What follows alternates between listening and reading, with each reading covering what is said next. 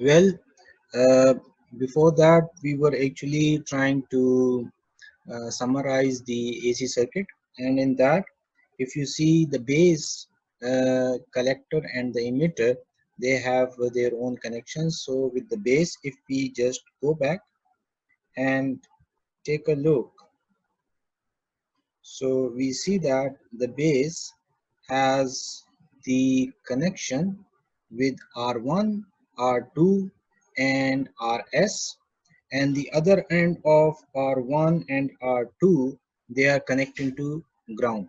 So this means when we summarize it, so base is being connected with R1 and the other end of the R1 is connected to ground. Similarly, the base is also connected to R2 and the other end of the R2 is connected to ground, and similarly the base is also connected to RS and RS is connected with the voltage source and it is connected to the ground, right?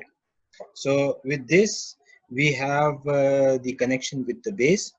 If we take a look of the collector, so the collector is connected with the RC and the other end of the RC is connected to ground. So this means we can summarize it over here with RC and the other end of the RC is connected to ground, right? And if you see the emitter is directly connected to ground, so this means we can straight away connect the emitter to ground, right?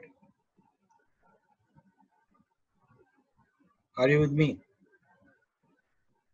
Yes, sir. ठीक है जी. And if you see R1 and R2 they are in parallel, so we can just replace R1 and R2 with the parallel combination, and we can say this resistance is R1 in parallel to R2,